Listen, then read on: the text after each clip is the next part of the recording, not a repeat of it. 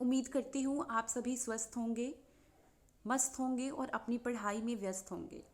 तो आज हम बात करने जा रहे हैं सबसे बेसिक और you can say interesting topic of biology which is cell.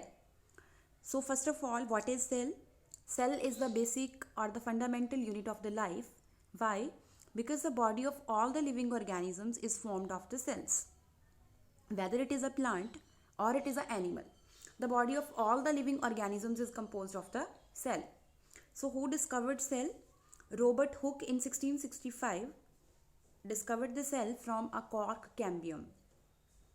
Like he observed this cell under the microscope. It was a simple microscope and the structure of the cell was the similar like the structure of the beehive. Okay, next coming to the structure of the cell, assume the cell like the room. Like if we assume the cell like a room has the boundary or the wall which separates it from its external environment to internal. Similarly, cell has the plasma membrane or the cell membrane which separates it from its external environment, and it forms the outermost covering of the cell. See, the nature of this plasma membrane or the cell membrane is selectively permeable. Why selectively permeable? Because it permits only some certain kinds of the molecules to enter inside the cell. So it is flexible kind of the membrane, but it is semi-permeable in nature because it will permit only certain molecules to enter or exit inside the cell.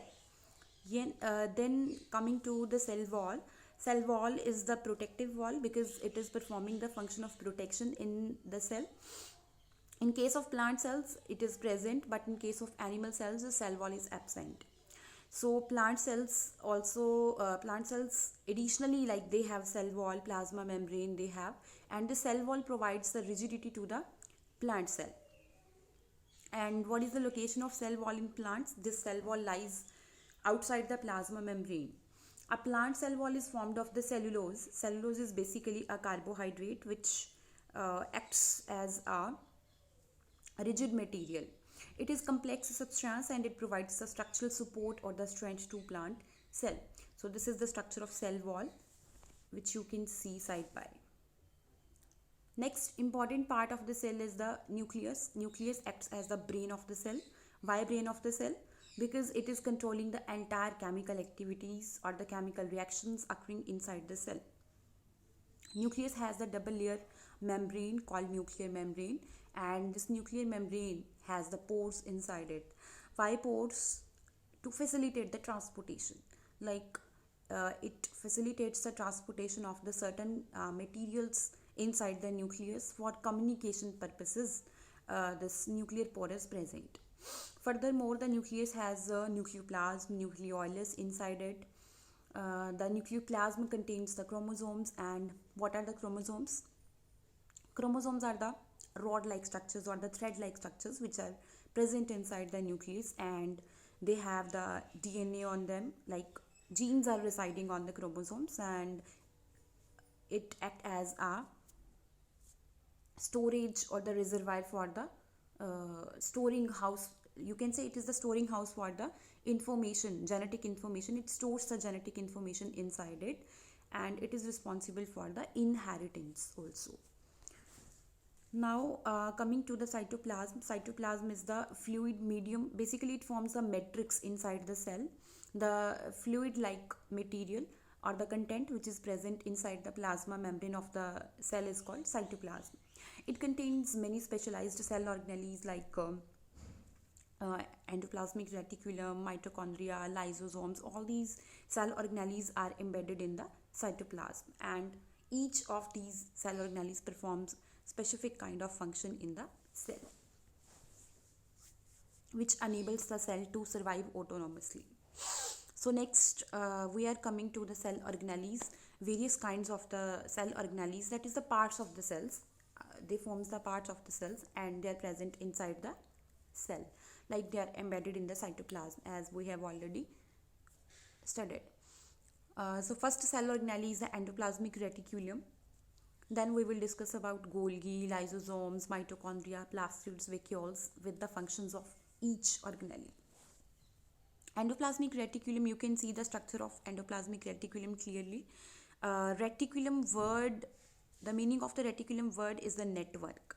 Like endoplasmic reticulum is the large network of the membrane bound tubules, or the tubes, you can say. They can be in the form of the sheet, which forms a network, and it looks like the long tubules or the oblong bags around the nuclear membrane. They surrounds the nuclear membrane, and they are of two types. Endoplasmic reticulum may be rough or it may be smooth. If it is rough, means ribosomes are present on its surface, which makes its surface rough, and if it is smooth, it means ribosomes are absent on its surface. And the ribosomes which are present on the surface of endoplasmic reticulum makes it rough. Ribosomes are called the protein factories of the cell, because they are involved in the protein formation or protein synthesis inside the cells. So the function of the RER, rough endoplasmic reticulum, is the synthesis of the proteins, or you can say protein manufacturing. On the other hand, the function of SER is to synthesize or to manufacture the fat molecules or the lipid molecules inside the cells, and these lipid molecules are further involved in the membrane formation called biogenesis. Like the cell membrane is composed of the lipids, proteins and carbohydrates, and these lipids which are formed inside the SER, they helps in the membrane formation further. So next organelle is the Golgi. Golgi is also the important component of the cell, because it is playing the role in packaging of the proteins. Ribosomes are forming the proteins inside the cell, and these proteins are being packed by the Golgi. So they are named so because they were discovered by the Camillo Golgi, and these are the membrane bound organelles, means membrane is present around them, and it is made up of the series of the flattened and the stacked pouches called cisternae. Cisternaes are the infoldings, you can say folds, which are present and stacked to each other. And Golgi apparatus is responsible for the transportation, modification and packaging of the proteins and the lipids into the vesicles, and then delivery of these targeted then the delivery of these proteins to their target. This is the main function of this Golgi. And where it is located, Golgi is located near the nucleus in the cytoplasm. Like it is present next to endoplasmic reticulum and near the cell nucleus. You can see the structure. They have shown us the cisternae here. It has two phases, cis phase and trans phase. Then we have lumen. Lumen means the cavity inside the Golgi. Then coming to the next organelle, which is lysosome. Lysosomes are the disposal bags of the cells. Why? Because they are responsible for the cleanliness of the cells. They are the suicidal bags of the cell. Why? Because they contains a certain kind of the digestive enzymes which are responsible for the disposal of the waste material inside the cell. They have some digestive enzymes, like these enzymes are helpful in the digestion of the waste materials, and sometimes if the condition is worse, the when excess of the waste material is you can say accumulated inside the cell get burst because of these lysosomes. Therefore they are called the suicidal bags. Next organelle is mitochondria. Mitochondria is the powerhouse of the cell. Why powerhouse? Because it is providing the energy to the cell. Energy is in the form of ATP. ATP is adenosine triphosphate, which is an inorganic, you can say, or organic form of the molecule. It is the energy currency basically inside the living organisms. And how the energy comes, how the energy is generated inside the mitochondria. Mitochondria has some kind of oxidative enzymes in it, and these oxidative enzymes oxidize the food and they produce the energy from the food. Therefore mitochondria is called the powerhouse of the cell. Moreover, mitochondria has the two membranes around it, outer and the inner membrane, and inner membrane forms the foldings of the foldings inside the mitochondria. You can see in the structure clearly. And one more thing which is very important, that mitochondria has its own DNA. Therefore it is also responsible for the storage of genetic information. Like it has its own sort of genetic information.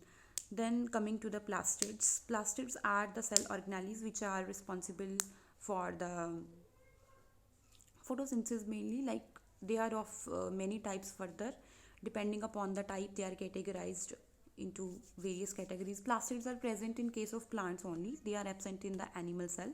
Plastids are of two types mainly, chromoplast and leucoplast. Chromo word refers to the color.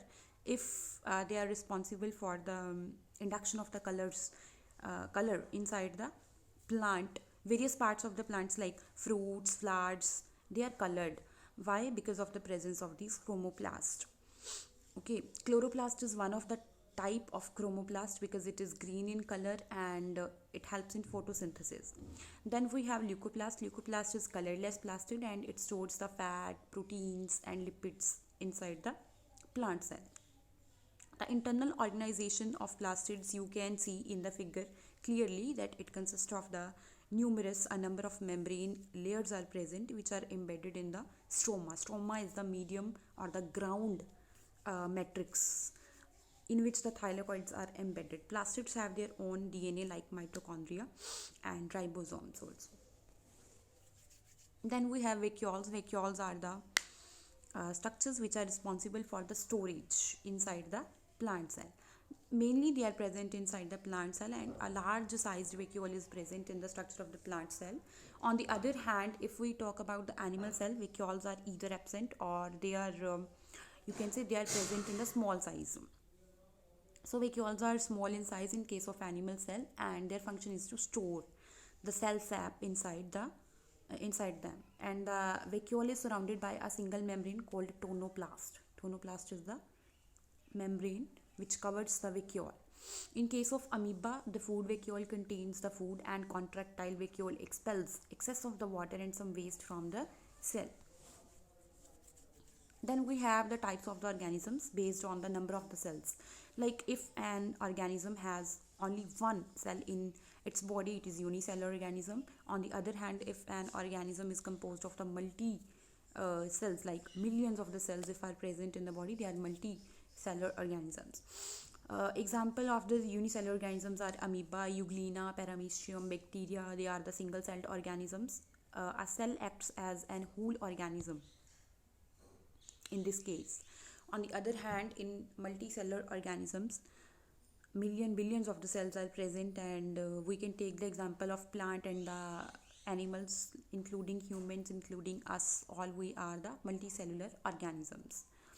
And here I have shown basic information regarding the organization of the cells, like how the cells are organized to form the tissues, how the tissues group together to form the organ, then organ system, and then whole organism.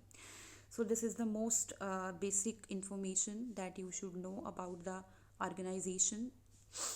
This is the reason that why the cell act as an basic or the fundamental unit of the life.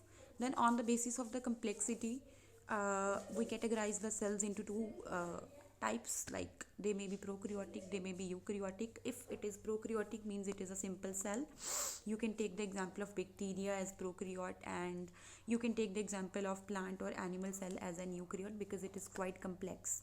The main or the basic difference between the prokaryotic and the eukaryotic cell is that why there is so much complexity inside the eukaryotic cell, because there are the different types of the compartments. There is extensive compartmentalization inside the eukaryotic cell, unlike the prokaryotes. This is the main reason that why the eukaryotes are more complex than that of the prokaryotes. So last but not the least, these are the references from where this information was collected. Thank you so much.